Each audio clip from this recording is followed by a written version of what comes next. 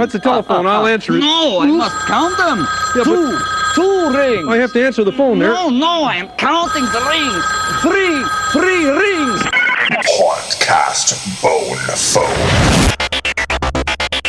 As we are a haunt and Halloween podcast, we always focus heavily on the haunt, and only on the rare occasion do we dive into the other topics related to our favorite holiday. So, chilling with me in the pumpkin patch is Adam from the Great Pumpkin Project. Happy October, Adam. Thank you. Thanks. I am absolutely ecstatic for the weather to get a little bit colder and the misery of summer to be going away and the best season of all to be coming around. So, Adam, fill us in on what is the Great Pumpkin Project. So the Great Pumpkin Project is kind of an idea I came up with because I didn't have the option to be a home haunter. I lived in an apartment. I didn't have the yard to do it, and I always wanted to do something like that. You know, I always envied the type of people who, you know, were that house, who had the yard, who had the room to, you know, become home haunters and be kind of like local legends in their town for their displays and their work. And being that I was limited on my ability to leave my mark on the holiday, I figured, what could I possibly do to create, you know, the Halloween spirit in my area? And about 2 minutes from where I used to live, there's an old, almost Puritan-looking church or meeting house that I would drive by on the way to work every day. And I'm like, that needs a jack-o'-lantern on it. There's just certain places that need that vibe. And from that first Halloween, I left one there. And then, you know, I thought to myself, you know what? Why don't I go and do one for every night of October? And from then on, it's me carving a different jack-o'-lantern every night for October. And this kind of started with no intention of becoming any bigger than just something I was going to do in my hometown. And as I'm sure you're familiar with Pumpkin Rot, I had actually, you know, had some exchange with him, and he was willing to post the pictures I was taking on his blog. And out of nowhere, people caught on, and everyone's like, hey, how can I be a part of this? So I decided each of those pumpkins needs a tag saying it's part of the Great Pumpkin Project, and had some tags made up, sent them out to people, and through my Instagram, it has gotten considerably bigger. I've had people, you know, making contributions overseas from London, Ireland. I've had, I think, 32 different states participate now. Some people will even go ahead and do all 31 nights, just like I've done before. And it's kind of a passion project, my way to, you know, leave a mark on the holiday. And hopefully I will do it till I'm dead. And when I am dead, it creates a new tradition. How many years have you been doing this? This will be 6. Now, do you have any interaction with Rod currently? Currently, no. Because he's gone dark. I don't know what happened to him. I mean, it seems like his blog hasn't been updated in forever, and he was pretty prolific as far as blogging and posting and whatnot. So I was just curious if you had any clue. No, and I mean, I'm sure, especially, you know, in your community, there's a lot of, you know, questioning as to where he went, and but again, I think that's probably part of the mystery of doing what he does. You know, I have a lot of respect for the work he put in, and, you know, I was greatly appreciative of, you know, the promoting of what I was doing, and in a way, it forced my hand to make it become, you know, a collaborative thing and get other people involved. You know, I was looking, like I said before, it was something I was looking to do in my hometown just for my amusement, and then over the years, you know, hopefully create some chatter about, oh, you know, how these random pumpkins show up in October. And from his promotion, I'm glad now, you know, it expanded it, and I hear people, you know, will tell me, oh, I've done this with my kids for the past few years. We look forward to it. And I couldn't be happier. What are a couple of interesting, unique places that people have taking pictures with their pumpkins, like where they had like placed the pumpkins and taken some snapshots. Anything that stands out? Oh yeah, considerably. I've had people put one on the porch of the house from Nightmare on Elm Street, in front of the bushes, like the famous shot of Michael Myers, peeking out from the sides of the bushes in Halloween. Somebody's left one there. In front of the lines that most people would know from the intro to the original Ghostbusters at the base of the New York Public Library. Somebody's left them. Numerous castles, both from the contributions that have come from like Ireland and Scotland, and a lot of really random places. When I'm coming short on ideas to go, sometimes I will go into a like the freezer aisle of a grocery store and leave one in there. It's part of it is, does that location look like it needs it? Does it need the Halloween spirit? Does it need to be there? Is it an old cemetery? And then part of it is kind of, okay, what's funny? What gets high visibility? I've put some on, fairly high, like railroad trestles and side of the highway. So there's been a lot of interesting contributions for sure, especially from the people who decide to do all 31 nights, because I know it's kind of difficult coming up with a different spot every night. Yeah, now you have to keep outdoing yourself, I'm sure, because the people who you've inspired are probably driving you to come up with better locations and more creative pumpkins and things of that nature. For sure. I mean, the carving, the actual carving is pretty rudimentary.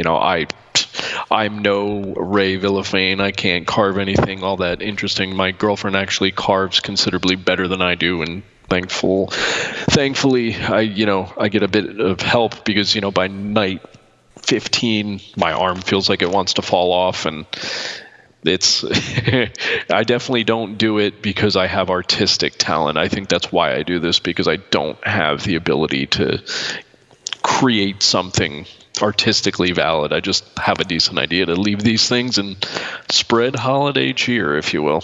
Well, that's the beautiful thing about a pumpkin. It really doesn't take a hell of a lot. I mean, look at the Halloween the movie, the pumpkin that they used for that. It was kind of terrible. They cut from the nose right down into the mouth, so you can see that line. I've discussed that before and my hatred for it, and I get a lot of flack for it. But I'm glad you share the same sentiment about it. It's terrible, but that proves your point. It doesn't have to be flashy. As a lover of the holiday, I'm sure, like, when you stumble across a porch lit with jack-o'-lanterns, you want to see something a little more crude, a little more old school, if you will. I appreciate somebody's ability to do something fancy, and if they want to contribute and do that, by all means. It's just not my skill level. Triangle eyes, triangle nose. And there's something really just vintage cool about the simplicity of the triangles and You're right. And a simple little mouth. You're right, but that's like the 2 or 3 teeth, and that's it. Something about that the nose in the Halloween jack-o'-lantern kills me, though. It just seems so careless. Bring on the hate mail, right? When I do pumpkins, and I usually do a pumpkin every year, it's just like I feel like I have to do it. I have to do at least absolutely. a pumpkin. I don't really get too elaborate. I might grab go online and grab a stencil, something that's not too complicated. Sure. Yeah, I'm not big into I don't typically do noses on my pumpkin. Now that you mention that, it's usually eyes and a mouth, and that's pretty much about it. Actually, keep it simple. You got it done is the point. If you don't do one, you'll feel bad about it.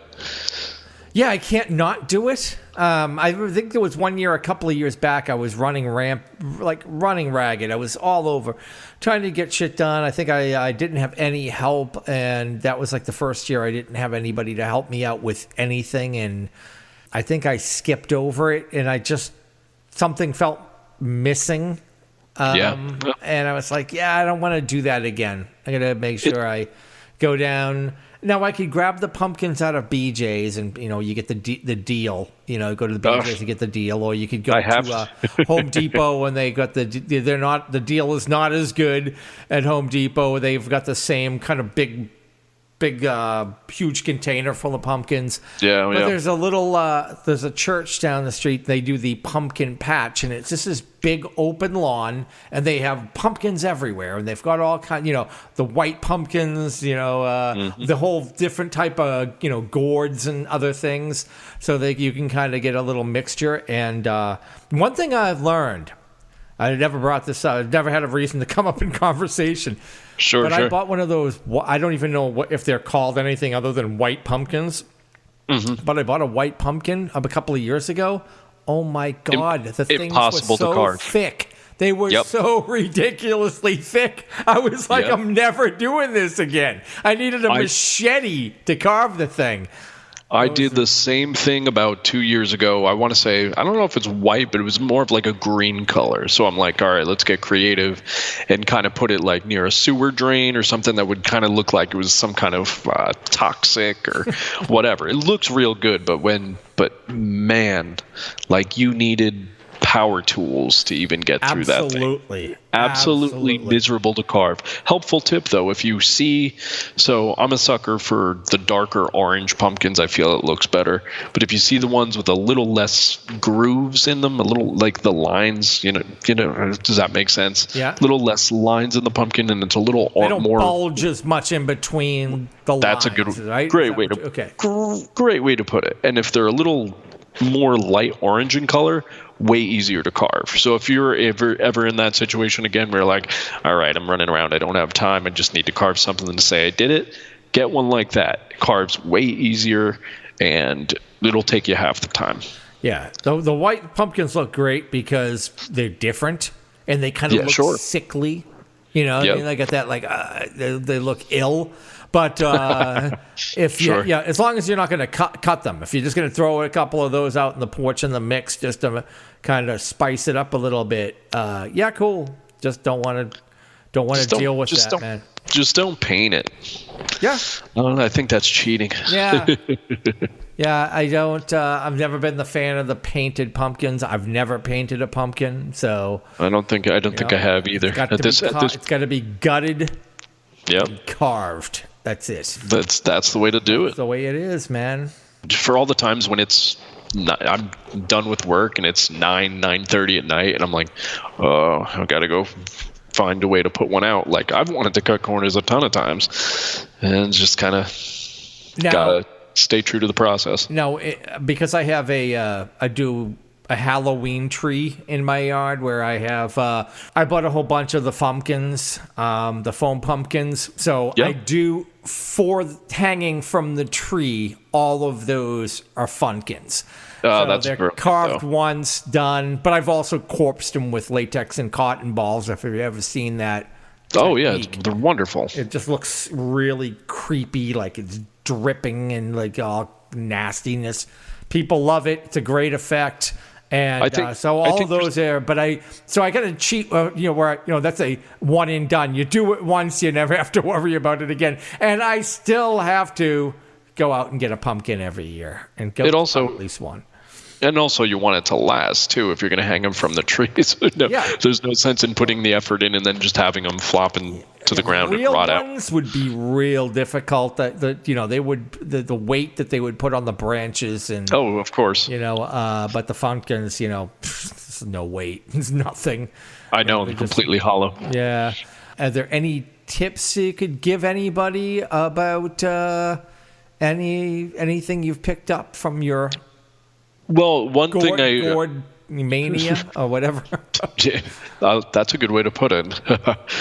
Actually, just a decent segue, because you did bring up the art. So, because I don't have the artistic ability to, do anything outside of a traditional pumpkin, with the tags that I do affix to the pumpkins, each year I have a different artist create the artwork.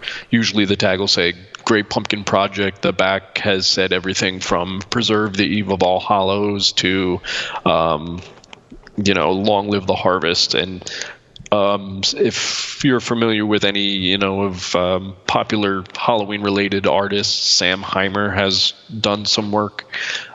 People from Poison Apple Print Shop, Spooky King from Instagram. A lot of really, popular, amazing artists have been gracious enough to agree to do the art end of things. So that's always big. So how do people get the tags for their pumpkins? Can they get them from you? So I'm glad you asked. So what I do is I make it so you can print out the prior year's tags. So if you go to thegreatpumpkinproject.com, you can print out the tag that came out. Let's say, so this year when I put it up, 2019's tags will be printable. And then the tags for this year remain exclusive only to me, or in certain specific instances, I'll send them out. But for the most part, they're printed from the site.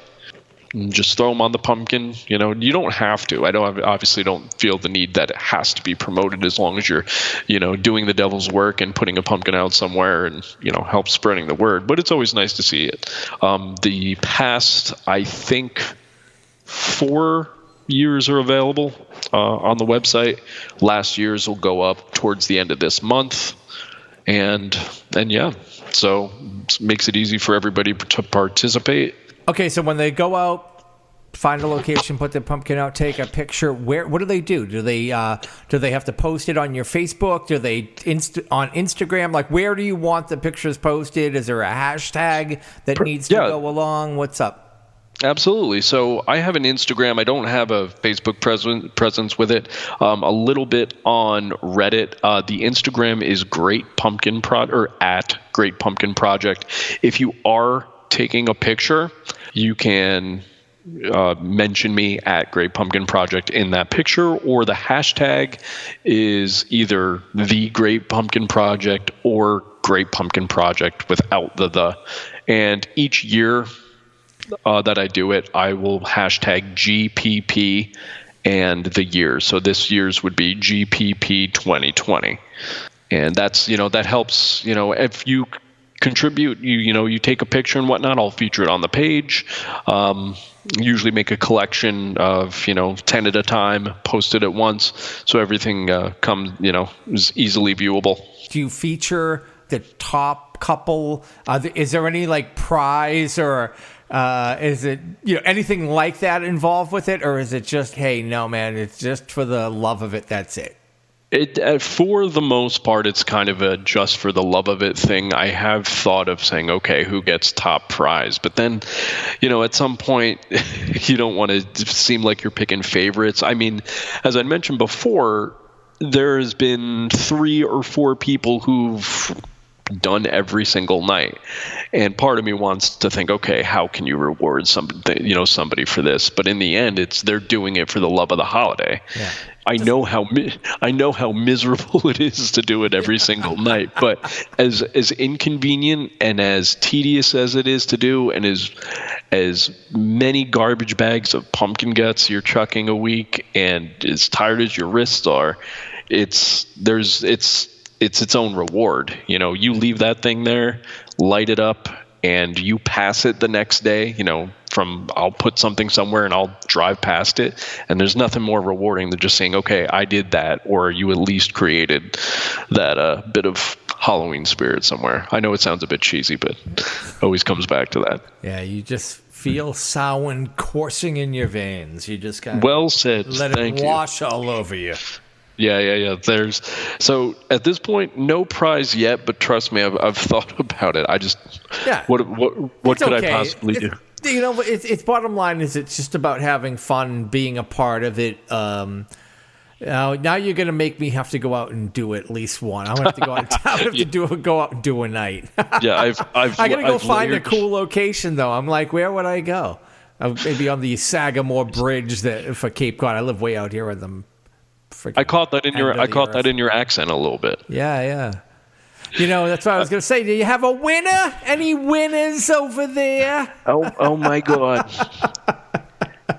That's me turning it up to 11, and I'm sure. breaking the knob off.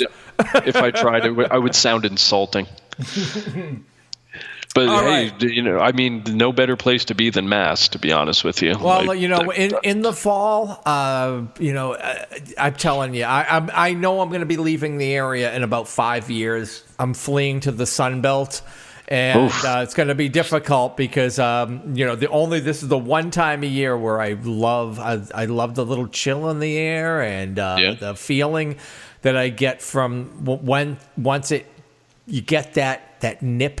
And Sure. the crisp, you get that smell of the leaves as well. It's amazing. I'll probably end up having to fly back up here to spend a weekend or so around Halloween if I ever leave.